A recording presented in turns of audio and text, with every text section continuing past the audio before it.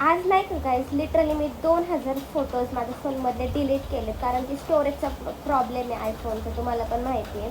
तर त्यामुळं नाही का मनावर असा दगड ठेवून मी नाही का मोजकेच फोटो ठेवले, बाकीचे डिलीट केले. मी नाही का आता असं वाटतंय की मोजकेच फोटो काढत जाऊ का, फोटोशूटला जाऊ का नको जाऊ, कारण की स्टोरेजच साथ देत नाही का गाईज. आज असं वाटतंय मला कालपासनं की नाही का हा उन्हाळ्यात मध्येच कुठं पावसाळा टपकायला लागलाय. आता पण हे बघा कसं नाही का आभाळ आलंय, पार पावसाचं वातावरण झालंय.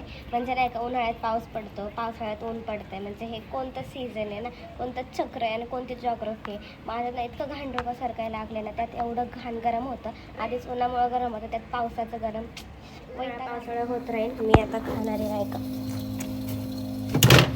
हे खाणार काही, मला नाही का हे खायला आला की ना हे खायचं आणि नाही का कलिंगड खायची नाही का मज्जाच वेगळी असते. मला तर नाही का हे दोन्ही फ्रूट एवढे आवडतात, आणि प्लस नाही का आंबे जर भेटले ना म्हणजे वाव, म्हणजे वावच. माझ्या अंगातला नाही का मास्टर शेफ जागी करून मी एवढी छान कटिंग केली आहे. आता मस्तपैकी मी खाणार आहे. खालच पाऊस चालू, म्हणजे उन्हाळ्यात पावसाळा येणे परमनंट दरवर्षी नाही का.